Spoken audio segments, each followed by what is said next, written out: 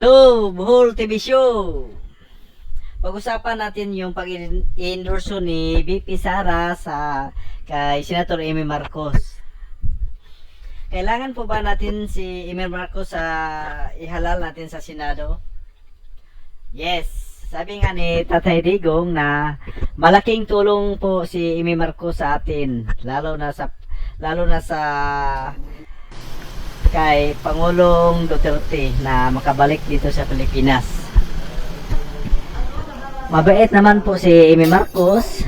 Marami naman po siyang nasagawa na trabaho sa kanyang pagsenadora. Kaya need natin po susuportahan.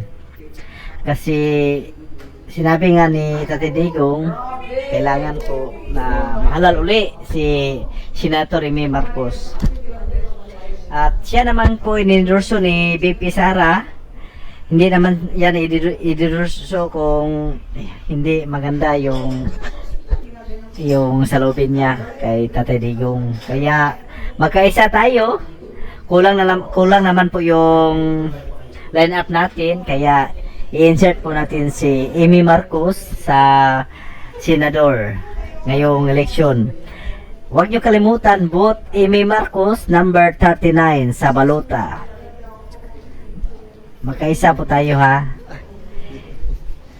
Basta Duterte supporter, kailangan po magkaisa. Kung anong inendorso niyang ating mahal na BP, yan din po yung ilagay natin sa senador.